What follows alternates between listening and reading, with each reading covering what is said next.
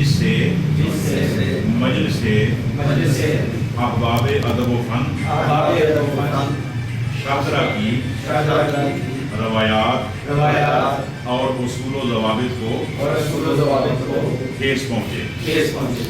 اللہ تعالیٰ مجھے اس حلف کی پاسداری کرنے کی توفیق عطا فرمائے.